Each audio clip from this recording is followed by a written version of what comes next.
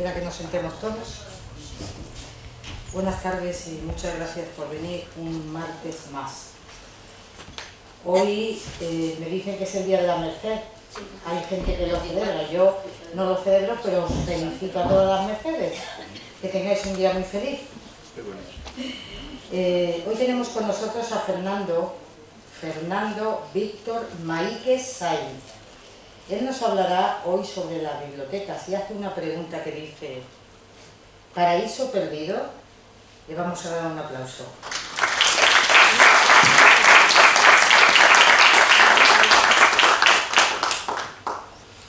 Bueno, buenas tardes a todos y muchas gracias por haber venido. Y como decía Isabel, paraíso perdido.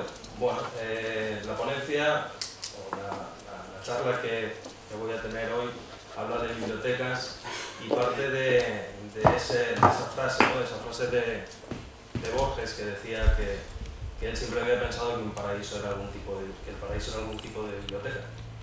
Cuando Borges hablaba de esto, no hablaba de una biblioteca como edificio, con sus estanterías, con sus ventanas, con sus anaqueles, con sus libros, hablaba del conocimiento. Para él el paraíso es el conocimiento absoluto de todo. ¿Y dónde se reúne todo el conocimiento? Donde se ha intentado siempre reunir el conocimiento, en las bibliotecas. Voy a hacer un breve repaso histórico a las bibliotecas desde la antigüedad. Son 50 siglos de bibliotecas, con lo cual voy a ir muy rápido, porque si hay que contar los 50 siglos, no salimos de aquí nunca. Entonces voy a ir muy rápido. Vamos a terminar con las bibliotecas actuales y con la visión de futuro de las bibliotecas. ¿Qué vamos a hacer con ellas, ¿no? ¿Va a ser el paraíso perdido al final o vamos a recuperarlo? Aquí está la cita de Borges, que decía esto, que siempre pensé que el paraíso sería algún tipo de biblioteca, y ya os digo que él hablaba del conocimiento, no de la biblioteca como institución. Bueno, las bibliotecas aparecen, como siempre, donde aparece la lectura, donde aparecen las primeras palabras escritas. Esto en la historia de la humanidad sucede en Mesopotamia, concretamente en el creciente fértil, que es donde los seres humanos pues, nos establecemos definitivamente como dejamos de ser cazadores y recolectores y pasamos a establecer pues, comunidades más o menos cohesionadas de agricultores, ¿no? Esto lo que conlleva es un asentamiento mayor de la población y con ese asentamiento hay más relaciones sociales. Estas relaciones sociales lo que conllevan es al final a establecer unos canales comerciales que deben de registrarse de algún modo. Así empieza la escritura. Realmente la historia de las bibliotecas empieza como archivos. Esto que lo diga yo queda feo, por soy bibliotecario, pero es la pura realidad, ¿no? Empiezan como archivos las bibliotecas registrando todas aquellas relaciones comerciales que hay entre estos pueblos del creciente fértil del Valle de Mesopotamia, ¿no? La primera biblioteca de la que se ha tenido constancia es una que hay en Nippur. Esa biblioteca data del siglo XXIII a.C.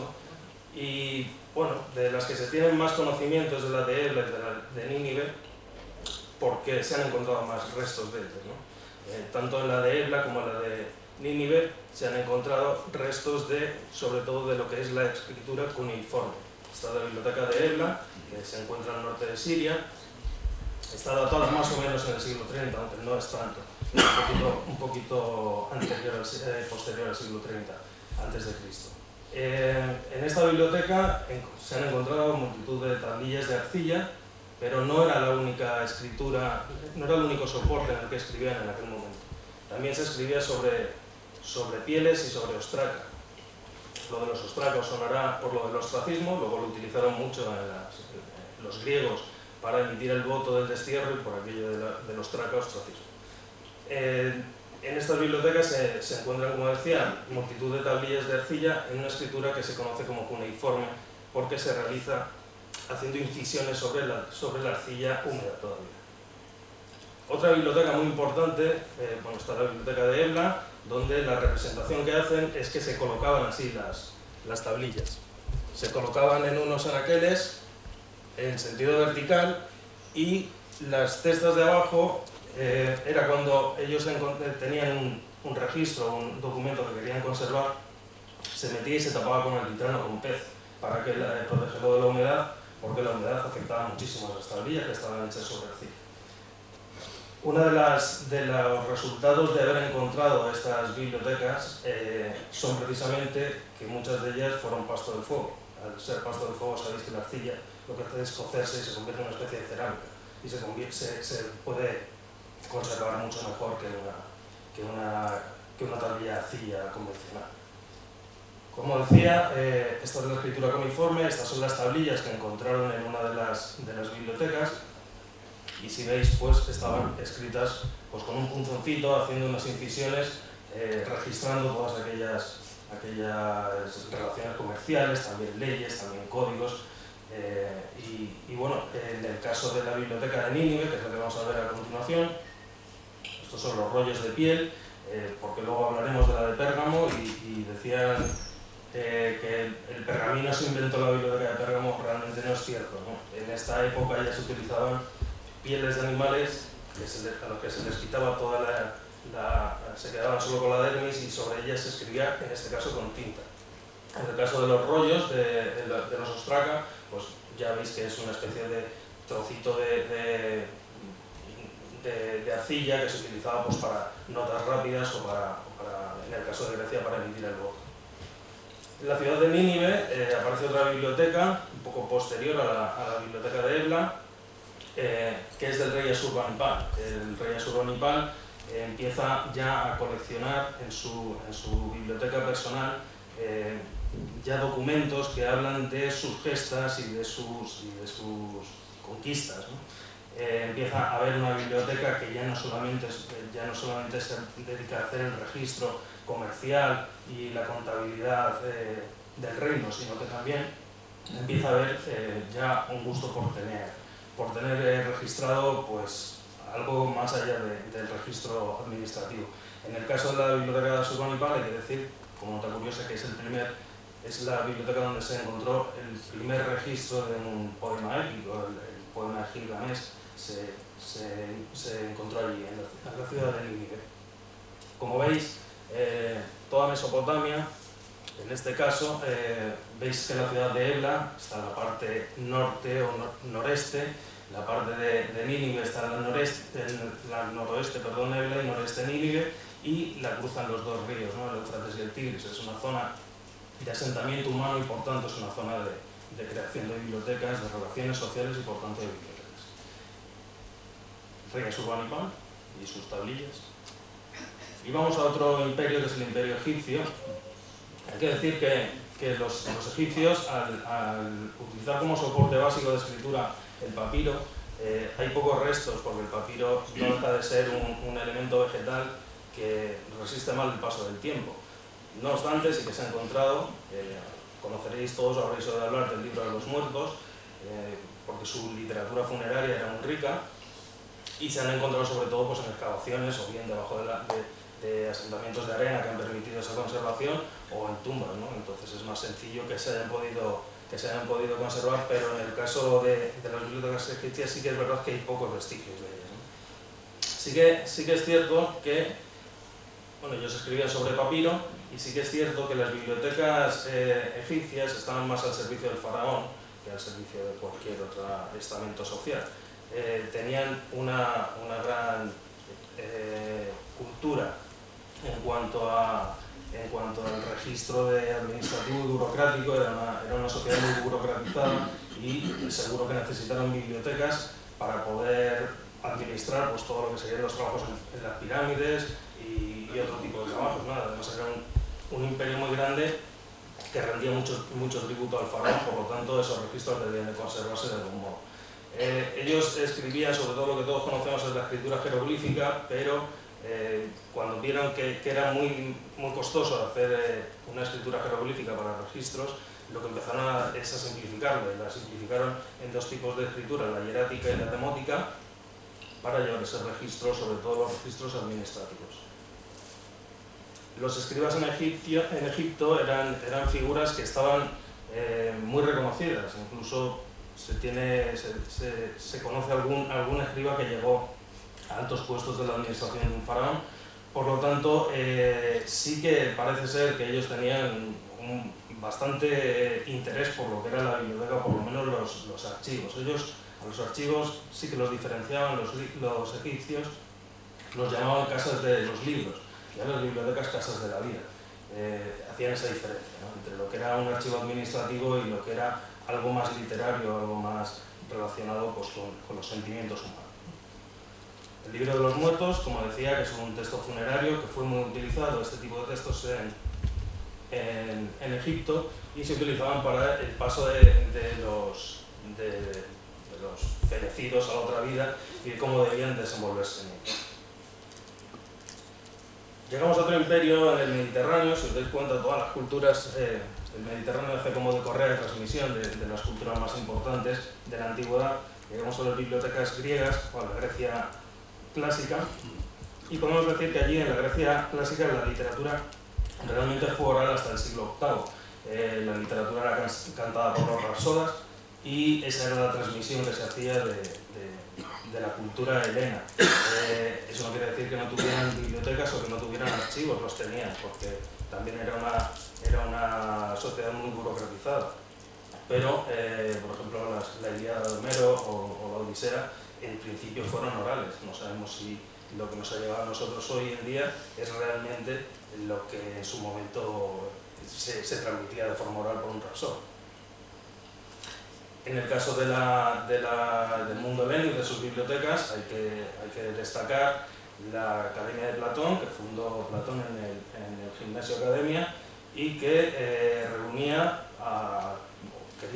la intención de reunir a todas las personas, los mayores eruditos y los mayores versados en distintas materias. Era más una biblioteca de estudio, más que una biblioteca de uso público, no era un registro administrativo, sino una biblioteca dedicada al estudio. También, si Platón fundó la Academia, Aristóteles, que fue discípulo de Platón, después montó o creó su propia escuela en el liceo, en el Gimnasio Liceo, con la misma intención, con la intención de reunir a las personas, a los personajes clave de aquel momento y poder discutir con ellos pues, todo tipo de temas filosóficos, científicos. Por eso en la academia a los aristotélicos se les conoce como los peripatéticos, porque ellos lo que hacían era pasear a través de un pórtico, de hablar entre ellos para tener ese intercambio de ideas. Otra de las bibliotecas importantes dentro del mundo heleno es la biblioteca de Pérgamo.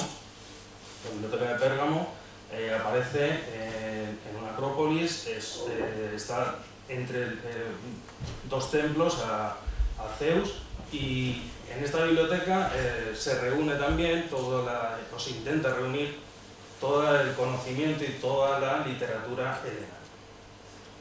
Hay una leyenda que dice que tienen una rivalidad entre Pérgamo y Alejandría, y esa rivalidad lleva a crear en Pérgamo el pergamino para poder copiar los textos de los escritores de aquel momento.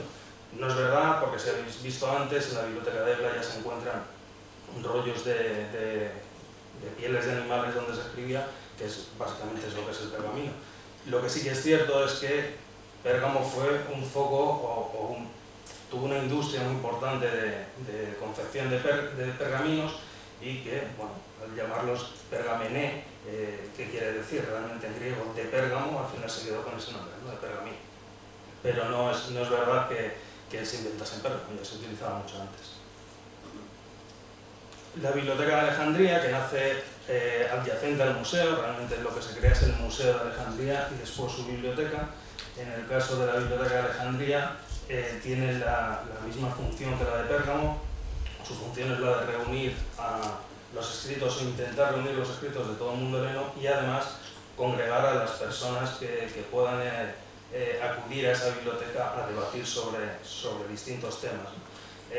La biblioteca de Alejandría se crea en el museo, pero se va haciendo demasiado grande y finalmente se traslada al templo de Serapis, el Serapeo.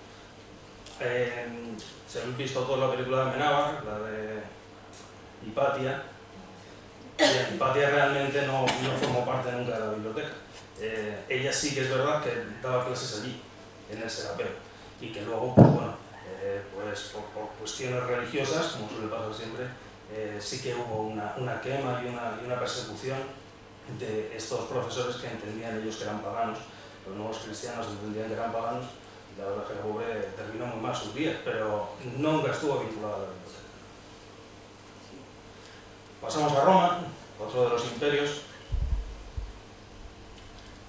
Las bibliotecas romanas realmente son más de los nobles, más privadas que públicas, aunque existen bibliotecas públicas, o empiezan a existir las bibliotecas públicas, pero son bibliotecas más privadas, más del gusto de los nobles. La sociedad romana es una sociedad aristocrática y las altas capas de la sociedad son las que tienen biblioteca privada, y luego, por supuesto, los emperadores, ¿no? Una de las bibliotecas más importantes de Roma fue la que se creó en el Pórtico de Octavia, que fue erigido por el emperador Augusto Sosmana en el 27 antes de nuestra era. Otra muy importante es la Biblioteca Ulpia, que está en el Foro de Trajano. Son bibliotecas donde realmente se intenta reunir todo el conocimiento, incluso ya traduciendo obras griegas, que entonces pues era como muy moderno, ¿no? Traducir la obra casi del enemigo, ¿no? Pero sí es verdad que no eran unas bibliotecas muy del pueblo, sino más bien como ostentación, ¿no? Como tener esa biblioteca, que era lo que querían los emperadores de aquel momento. Las bibliotecas privadas, como os decía, se han encontrado sobre todo en ruinas de Pompeya.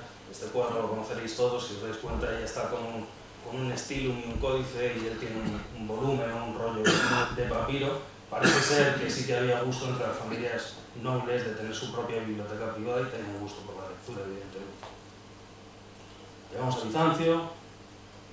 En Bizancio hay que destacar la biblioteca que se crea en Bizancio, que ya empieza a reunir las condiciones de una biblioteca tal como la conocemos hoy. Quiere decir que empiezan a tener la intención de reunir no solamente las obras del imperio al que pertenecen, sino a traer otras obras y traducirlas también, ¿no? Como obras de judíos. Y en Bizancio siguen utilizando, por supuesto, todavía el pergamino, y siguen utilizando incluso en algún momento los ostraca. La biblioteca de Bizancio fue importante sobre todo porque fue una biblioteca imperial y intentó reunir eso, como os decía, todo el conocimiento de la época. Si vamos al Islam, en el caso del Islam destacan tres tipos de bibliotecas fundamentalmente. Destacan las bibliotecas califales, las bibliotecas de las mezquitas y las bibliotecas privadas. Las bibliotecas califales de los califas, por lo tanto, eran un poco del mismo sentido de las bibliotecas romanas o de la biblioteca de Bizancio. Era más, en este caso, el califa el que tenía un gusto por tener una biblioteca privada. Hay que recordar que en aquel momento tener una biblioteca privada era un signo de ostentación. Por lo tanto, el propio califa tener una biblioteca privada en su palacio para él era un signo de ostentación. Luego estaban las de mezquitas, que estaban más bien adscritas a las madrasas, que eran las escuelas coránicas, y esas bibliotecas sí que eran más de enseñanza de la religión en este caso. Y luego las privadas pues también en aquel momento había gente de la capa alta de la sociedad que también tenía gusto por tener sus propias bibliotecas, un poco emulando los califas. En el caso de Toledo hay que destacar la biblioteca que se crea en aquella mezquita y que da paso a la Escuela de Traductores de Toledo, que permitió que traducir muchísimas obras del mundo helénico, del mundo islámico, y que llegasen a Occidente cuando no se conocían. Vamos a la Baja Edad Media. En la Baja Edad Media hay dos instituciones que son principales, que es la universidad y la catedral, y ambas siempre están unidas a la Iglesia.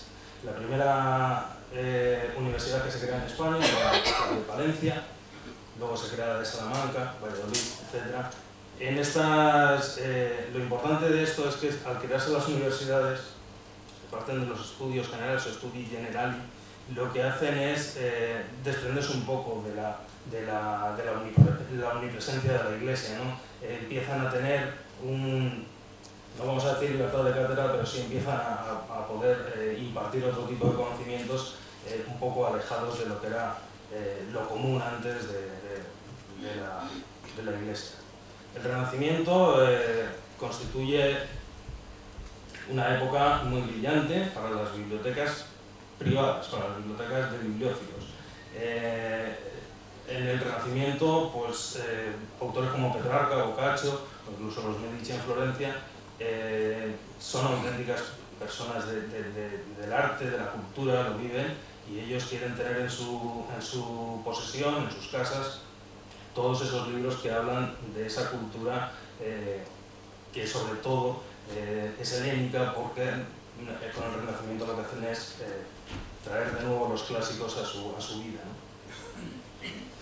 En España, aunque no parezca mentira, ¿no? Pero es así, en España también hay bibliotecas privadas muy importantes, y una de ellas es la de Isabel la Católica, que sin tener una biblioteca organizada como nosotros entendemos una biblioteca, una colección donde están todos los libros en un lugar, con unas condiciones de clasificación o de como queramos llamarlo, ella tenía verdadero amor por los libros y por el coleccionismo. De hecho, ella guardaba cuadernos de enseñanza de sus hijos, los guardaba en su biblioteca. Lo que pasa es que al ser un reino tan amplio, Castilla tenía su biblioteca o su colección privada repartida en distintos palacios. Pero era una verdadera amante de los libros y una mujer muy culta, igual que su padre.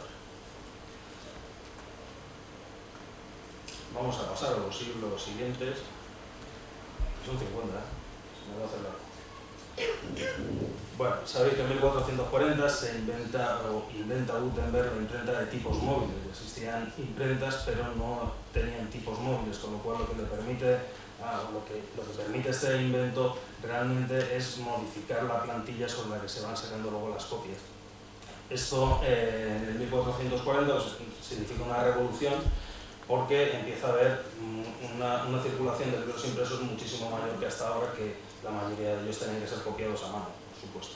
En este año también, en este siglo, también aparece o se funda en España la Universidad de Alcalá de Henares, que la funda el cardenal Cisneros, y que en el mundo de las bibliotecas, hoy en día incluso la biblioteca de la Universidad de Alcalá de Henares es una de las bibliotecas punteras de España, no es una biblioteca que reúne en su momento reúne todos los conocimientos para que la universidad funcione, ¿no? La Universidad de Alcalá. También se crea la biblioteca del monasterio del Escorial, en San Lorenzo del Escorial, y esta biblioteca tiene una particularidad dentro del mundo de las bibliotecas. Es la primera vez en la historia, quizá, de las bibliotecas, que se tiene en cuenta unas mínimas normas arquitectónicas para hacer la biblioteca, para construirla. Lo que hacen es construirla en la entrada principal del monasterio del Escorial, y lo hacen siempre mirando al sur, con una luz determinada natural y con ventilación. Esto que hoy en día nos parece muy de perogrullo, ¿no? Para la conservación de los libros no se hacía. Entonces muchos de los libros pues terminaban con rastros de humedad y luego muy difíciles de recuperar. Es precursora en esto, la biblioteca del monasterio del Escorial. En este siglo también hay muchas colecciones privadas en España, muy importantes, como la de Hernando de Colón, que es hijo de Cristóbal Colón, y que él va acumulando libros, incluso pide un préstamo al emperador Carlos V, Carlos V se lo concede, y él sigue acumulando libros hasta el punto pues, que hoy en día la Biblioteca Colombina se puede visitar en la Catedral de Sevilla, y la verdad es que tiene libros muy interesantes. En este siglo también supuso el fin de los libros encadenados. Sabéis que el libro encadenado en la Edad Media, sobre todo en los monasterios, se utilizaba, el sistema este era un sistema antihurto, y tenemos radiofrecuencia, tenemos alguna cosa, pero entonces la gente, si se llevaba un libro, no había forma de saberlo, ¿no? Se encadenaban para que se consultase sin poder llevárselo. Este siglo supone el fin de esa práctica antihurto, y lo que se hace es, como os decía, en el monasterio del Escorial, además de la arquitectura, también se tomaron medidas antihurto, era ponerlos en unos armarios que tenían su llave y tenían su tela metálica, por lo cual ya tenía que ir el bibliotecario a sacarte el libro y ya sabía que lo había dejado, que se colgó. Si seguimos con estos siglos, llegamos a la Biblioteca Nacional Española, que anteriormente es la Biblioteca Real, porque pertenece a la Casa de los Borbones. La Guerra de Sucesión la ganan los Borbones contra la Casa Austria, y los Borbones hacen su propia Biblioteca Real, con fondos sobre todo traídos de Francia. Luego, con el paso de los tiempos, esta biblioteca se convierte en nacional y ya no depende de la corona, sino que depende del gobierno. Pero en su momento, en su inicio, fue Felipe V el que trajo libros de la biblioteca de la Reina Madre, que estaba allí en Palacio, y de otras colecciones que tenía en sus palacios franceses. Y con eso crea la Biblioteca Real de España. Luego ya en el siglo, sabéis que en 1760 en Inglaterra se desarrolla la revolución industrial, con lo cual todos los inventos que en aquel momento tenían todavía pues eso, un recorrido muy menor, empiezan a despuntar y a desarrollarse ampliamente, ¿no? En el caso de la imprenta, su modernización lo que permitió es abaratar los libros. Al abaratar los libros, lo que se permitió es que clases menos pudientes o gente que anteriormente no podía acceder a los libros pudiera comprarlos y pudiera tenerlos en su casa. Con esto también, evidentemente, se desarrollaron todas las bibliotecas públicas y populares, ¿no? También en este siglo se crea la Biblioteca de Cortes en España, que estaba al servicio de los diputados, sigue existiendo esa biblioteca, y estaba sobre todo a su servicio en cuanto a las disposiciones legales y otro tipo de literatura que en aquel momento su señoría pudiera necesitar. Pero hay poca preocupación, digamos, en España por las bibliotecas públicas, y lo que se hace, sobre todo la iniciativa de la lectura pública, está más en los cafés, en las tertulias, que es donde realmente acuden los escritores, la gente de arte, los eruditos, para intercambiar ideas. Las bibliotecas siguen estando un poquito ahí más en la parte, digamos, de la alta sociedad o incluso de los gobiernos, ¿no? Hay que decir que la Biblioteca de Cortes crea el primer reglamento de bibliotecas provinciales, y que con este reglamento lo que obliga es a que haya una biblioteca en cada capital de provincia. Esto es obligatorio por ley desde ese año. Lo que hace además es que esas bibliotecas tienen por obligación legal recoger uno de los escritos de cada uno de los autores de esa provincia, con lo cual lo que se está haciendo es una especie de depósito legal, que es anterior al depósito legal que se hace, y además se hace un cuidado meticuloso del fondo local, que hoy en día pues tan importante es, ¿no? Bueno, sé que hemos corrido mucho y hemos llegado al siglo XX. Habíamos empezado en el 23 a.C. y ya estamos en el 20. Y en el siglo XX hay un gran desarrollo de las bibliotecas públicas. Realmente el aumento del nivel de vida, las mejoras sociales, lo que permiten es crear muchísimas más bibliotecas. La gente tiene más necesidad, tiene más ocio quizá, entonces tiene más necesidad de acudir a estos centros. Pero bueno, es un siglo convulso, ya lo sabéis, hay un par de guerras mundiales. Entonces, después de la Guerra Mundial, el 24 de octubre del 45 se crea la ONU, que por cierto el 24 de octubre es el Día de las Bibliotecas en España. Lo digo para que no felicitéis el 24, que queda muy bien. Y poco tiempo después se crea la UNESCO, que es la Organización de las Naciones Unidas para la Educación, la Ciencia, la Cultura, creo que es así. La UNESCO tiene, en el ámbito bibliotecario, tiene un papel bastante importante. Hay que tener en cuenta que cuando se crea la UNESCO realmente todavía no existen asociaciones profesionales de biblioteca, no existe la IFLA, no existe ANAVAR, no existen una serie de asociaciones que hoy en día marcan un poco la pauta, ¿no?, de lo que son las bibliotecas públicas.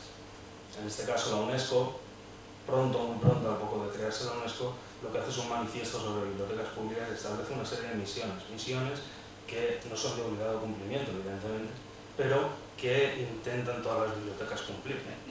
Por ejemplo, la de crear y consolidar hábitos de lectura en los niños. Es una obviedad. En España es obligatorio que las bibliotecas públicas tengan una sala infantil, eso es obligatorio. Prestar apoyo a la educación, tanto individual como autodidacta, como a la educación formal en todos los niveles. Creo que lo cumplimos, más o menos todas las bibliotecas. brindar las posibilidades para el desarrollo personal y creativo, estimular la imaginación y la creatividad de niños, fomentar el conocimiento del patrimonio cultural, algo muy importante. Sabéis que en Benidorm patrimonio histórico y bibliotecas están dentro de la misma concejalía. Facilitar el acceso a las expresiones culturales de todas las manifestaciones artísticas, es decir, no hay ningún tipo de censura, no hay ningún tipo de cortapisa en ninguna manifestación cultural. Fomentar el diálogo intercultural y favorecer la diversidad cultural, algo muy importante en estos tiempos de inmigración. Prestar apoyo a la tradición oral, evidentemente. Hay cosas que no están registradas incluso en el siglo XXI y que hay que preservar. No sé si aquí hay gente que sabe más que yo, pero creo que las copletes aquí en Benidorm no sé si están registradas, y si no lo están, debería de hacerse, y si no se hace, pues perderemos algo que es muy importante. Prestar servicios adecuados de información a empresa, facilitar el progreso en el uso de la información, prestar apoyo y participar en programas y actividades. Si os dais cuenta, estamos hablando de algo que prácticamente cualquier biblioteca de cualquier ámbito, aunque sea un pueblecito pequeño, seguro que cumple el 90% de todas las recomendaciones de la misión que dice la UNESCO que deben tener las bibliotecas públicas.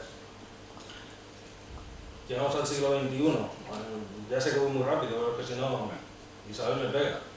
El siglo XXI. Bueno, el siglo XXI, el siglo XX, las últimas décadas del siglo XX, lo que hay es hay un problema de financiación, hay un problema de, ya sabéis, 2008 es una época de crisis, entonces realmente hay que volver a pensar en las bibliotecas, ¿no? Si os dais cuenta, bueno, hemos hecho un repaso muy rápido, rapidísimo sobre la historia de la biblioteca, y si os habéis dado cuenta siempre hay un hilo conductor en las bibliotecas, que es el de tener la cultura y mostrarla a la gente, ¿no? Evidentemente con las excepciones de aquellos califas, aquellos emperadores, ¿no? Pero esa es la intención siempre de una biblioteca, lo de reunir el conocimiento. Eso lo tenían incluso los que tenían una biblioteca privada, esa era su intención. Tener la biblioteca en su propiedad y reunir todo el conocimiento, ¿no? Eso es lo que intentamos hacer todos con todos los cambios que hay, ¿no? La profesión de bibliotecario ha cambiado muchísimo, ¿no? Cuando se creó la biblioteca real, existían bibliotecarios al servicio de esa biblioteca que cobraban, eran profesionales, cobraban fatal, poquísimo. De hecho, la corona les daba alojamiento porque no se lo podían ni pagar, y además les exigían unos conocimientos extraordinarios, ¿no? Conocimientos en paleografía, en historia, en lenguas antiguas, en lenguas modernas, para pagarle lo que le pagaban, pero siempre ha sido muy vocacional esto de la biblioteca. Hoy, por ejemplo, ya no trabajamos de esa forma, ¿no? Afortunadamente, nuestro sueldo es un poco mejor que el de aquellos pobres, pero tenemos otro tipo de herramientas, y herramientas que requieren siempre una constante supervisión de tus conocimientos, y siempre intentar estar en las últimas actualizaciones de todo, ¿no? Os he puesto algún registro básico de un libro. Cuando nosotros catalogamos un libro, lo tenemos que catalogar conforme a este registro. Es un registro internacional que identifica un libro en un sitio concreto. Este registro pues tiene todos estos campos, ¿no? ¿Es complejo? Parece complejo, no está complejo. Parece complejo. Lo que quería enseñaros es, para que lo confrontéis, ¿no? De la tablilla de arcilla, donde se registraba todo con una especie de punzón en escritura cuneiforme, a lo que es un registro de hoy en día de cualquier libro, de cualquier biblioteca. ¿Las bibliotecas nos inventamos? Sí, las bibliotecas nos debemos de inventar, porque lo que son los presupuestos siempre son pequeños, lo que hay que abarcar es muy grande, y tenemos que inventarnos sobre todo, o reinventarnos sobre todo, para no caer en la depresión absoluta, ¿no? Nos pasan por encima, o parece que nos pasa por encima Google, que nos pasa por encima la Wikipedia, que nos pasa por encima todo, y no es verdad, realmente tampoco es cierto, ¿no? Que nos pasen por encima, pero sí que la sociedad tiene esa visión, ¿no? ¿Para qué queremos bibliotecas si tenemos Google o Wikipedia? ¿Para qué voy ahí? Bueno, pues por ejemplo, en Londres hay una biblioteca de las cosas. Lo que hacen en esta biblioteca es prestar cosas. prestan lo mismo una barbacoa, creo que aquí, un cortacésped, lo prestan. Hay gente que, pues a lo mejor no se puede permitir el lujo de tener un cortacésped, pero tiene césped. Lo que hacen es ir a la biblioteca y prestarse un cortacésped, se lo llevan el fin de semana y lo devuelven, limpito, y lo devuelven, ya tienen cortacésped. No es que la biblioteca tengamos que prestarlo todo porque nosotros lo nuestro prestar, no es eso. Es que la biblioteca se tiene que convertir en algo más social, algo más de cara a la sociedad. Si recordáis lo que os he dicho antes de Aristóteles, de su liceo, la gente paseaba, hablaba. De hecho, ellos lo que hacían era recorrer un pórtico mientras hablaban, eso os he dicho lo de los peripatéticos, y el que leía en voz alta, por lo tanto personas ya salas de lectura, porque ellos sería cacofónico, todo el mundo leyendo en voz alta, no se enteraría nadie. Entonces, eso es lo que es la biblioteca, lo que yo considero que tiene que ser la biblioteca, volver a la calle, volver a que sea un centro de reunión social, más que un sitio donde se prestan libros o hagamos registros en formato más 21 súper elaborados. A mí eso, como biblioteca, creo que lo tengo que hacer, pero no creo que sea su fin, ¿no? Otro de los ejemplos de bibliotecas, por ejemplo esta de Westport en Connecticut, es que tienen su Makerplace. Un Makerplace para ellos es que tienen, si veis, hay una especie de espacio donde la gente hace sus cosas, ¿no? Alguien ha hecho una especie de dragón y el otro no se le ha hecho, no sé, medio busto de alguien. Seguro que hacen algo, tanto el dragón como el medio busto, porque lo que hace la gente es llevar allí sus inventos. Han hecho algo, o incluso lo desarrollan allí con las herramientas que les presta la biblioteca y luego lo ponen al servicio de quien sea. Este dragón luego se lo lleva a lo mejor un niño para su fiesta de cumpleaños, luego lo devuelve. Ese es su maker place, ¿no? Volvemos a ver otra vez la reunión de ideas, el compartir conocimientos entre distintas personas, que creo que es la función básica de una biblioteca. Por ejemplo, hay un espacio coworking en la Biblioteca de Santiago de Chile, donde la gente va y comparte experiencias, ¿no? Si, por ejemplo, uno es diseñador gráfico y el otro lo que tiene es, no sé, una empresa de persianas, pues lo puede hacer los folletos. Y el otro día le está haciendo los folletos y dice, oye, pues resulta que se me ha roto una persiana. Esto es así, y funciona, Ellos dicen que quizá la Biblioteca de Santiago de Chile, los responsables dicen que es la parte de la biblioteca más visitada, el espacio coworking. Porque la gente va allí, habla con unos, habla con otros y entre todos comparten ideas y seguro que de ese momento de compartir ideas estoy convencido que salen cosas que a lo mejor hoy en día ni sabemos que existen, ¿no? Por ejemplo, la Biblioteca de Helsinki pone a disposición de sus usuarios, de los ciudadanos de Helsinki, las Urban Offices. Son una especie de cabinitas, ya lo veis, donde les prestan un ordenador portátil para aquella gente que muchas veces pues, trabaja hoy en día, el mundo del trabajo, el mundo laboral ha cambiado muchísimo y resulta que hay gente que a lo mejor trabaja en horarios partidos o tiene 2 o 3 trabajos, no puede llegar a su casa para hacer el tercer trabajo que lo tiene que enviar por correo electrónico, por poner un ejemplo, ¿no? Pueden ir a la biblioteca en un espacio agradable, con unos medios adecuados y utilizarlo como oficina. Entonces, es otra de las opciones, ¿no? que se les ocurren a los bibliotecarios de todo el mundo. En Texas, en Estados Unidos, se inauguró hace cosa de unos meses la primera biblioteca sin libros. No hay libros. En esta biblioteca no existen los libros. Hay libros electrónicos, hay revistas electrónicas, hay prensa electrónica, hay un montón de cosas electrónicas, pero no hay libros. Uno va allí y dice, yo quiero leer la Ilíada de Homero. Muy bien, con su carnet se lo descarga y se lo lleva en formato virtual. Allí no hay libros. No existen los libros en esta biblioteca. ¿Y cómo nos podemos imaginar la biblioteca del futuro? Bueno, pues la biblioteca del futuro sin libros, evidentemente. Yo soy un enamorado de los libros de papel, no me malinterpretéis, pero van a desaparecer. O sea, esto es una cosa que lo tenemos claro y el que no lo tenga claro, pues creo que se lo tiene que revisar, porque sí que van a desaparecer. Mirad, en cuanto a la evolución del libro y la comunicación, las primeras tablillas de arcilla se encuentran aproximadamente en el 3400 antes de nuestra era y pasan hasta la invención de la imprenta unos 4500 años. Luego, la revolución industrial aparece en el 1760. La web aparece en el 93. y las redes